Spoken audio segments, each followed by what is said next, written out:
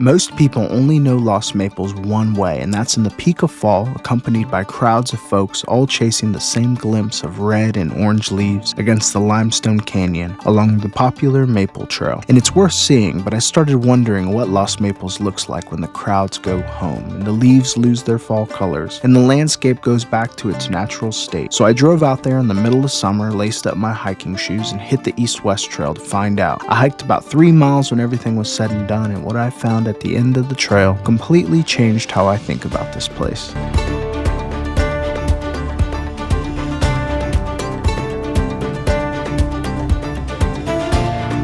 What's up, YouTube? It's Matt with the Matt Out Here YouTube channel, and today I've brought y'all back to Lost Maples State Natural Area. There's a lot that Lost Maples State Natural Area has to offer, so I wanted to bring y'all back and show y'all a part of the park that I didn't cover in my last video. So let's go check this place out.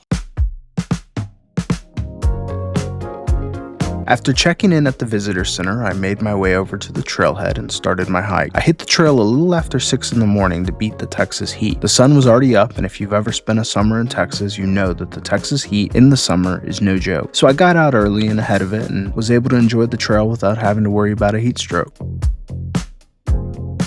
Now, on another note, my Uncle Randy told me that it doesn't matter where you go, people just aren't willing to get out of bed in the morning. Him and my aunt have been to just about every state park and national park there is, and both of them spent full careers with the Great Smoky Mountains National Park. So when he says something about the outdoors, I make sure to listen. It doesn't matter if you're at a quiet, remote place like Lost Maples or the most visited state park in Texas. Get out there early, and the trail rewards you for it. Parking is easier, temperatures are more manageable, and wildlife sightings are more probable, and the crowds will be in bed still. It's one of the simplest things you can do to make any outdoor experience better.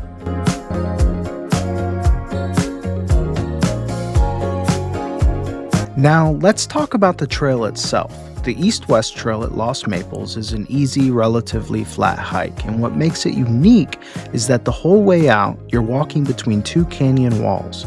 It's a different side of this park than most people ever see, and along the way you're going to cross Can Creek. So it's worth checking water levels before you go so you know what you're getting into, footwear-wise. Some days it's a non-issue, other days you're going to want to plan for wet feet. Now, most people who come to Lost Maples are here for the Maple Trail, and for good reason. That's where you get the big tooth maples doing their thing in the fall.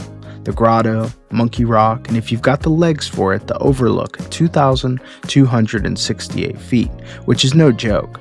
That climb is one of the hardest day hikes in Central Texas and sits on the top 25 hardest hikes in the entire state.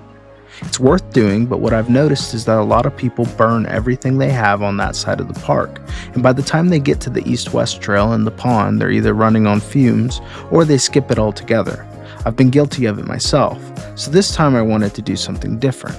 I wanted to come out here and leave the main attraction alone. I wanted to slow it down all the way, and just focus on the pond and the journey to get there.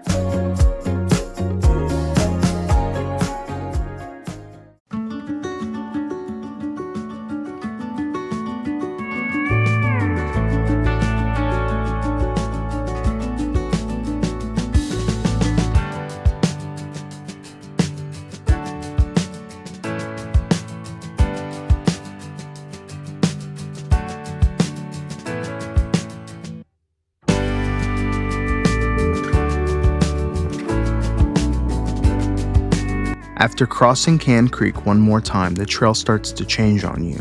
The rock formations get more interesting the further you push in, and there are springs trickling through. I even caught a little waterfall just off the trail, and the whole time those canyon overlooks are sitting above you. And there's something really different about moving through those canyons instead of over them for once. Little blue stem grass lines the sides of the trail, and buzzards and hawks are turning lazy circles overhead. And at that point, you already know the pond is close. You can feel it. And then out of the corner of your eye, you turn the bend and the pond sits there waiting for you. Peaceful, calm water, showing you the true hidden beauty of Texas that you don't see in the big cities or on the roads passing through. The beauty that sits tucked back off a trail waiting to be discovered by those who go looking for it.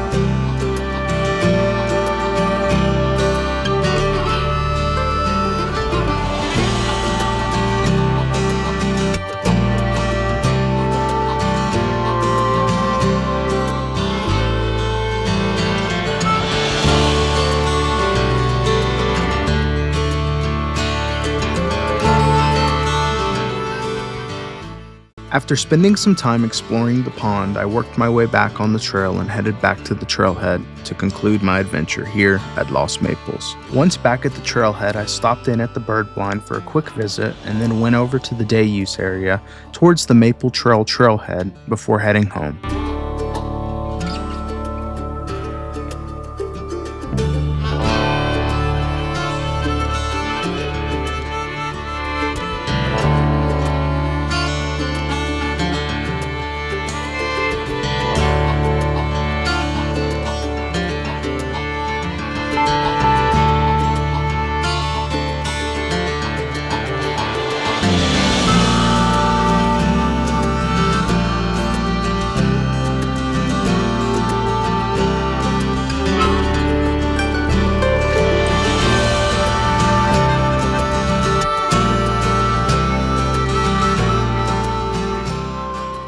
Well, folks, that's going to be a wrap on this video. I hope y'all enjoyed Lost Maples as much as I did. And I really wanted to just say, don't flock to Lost Maples just in the fall. It's beautiful in the summer. There's a lot to see and there's a lot to check out. And there's not one person here right now. Until the next one, y'all, take care.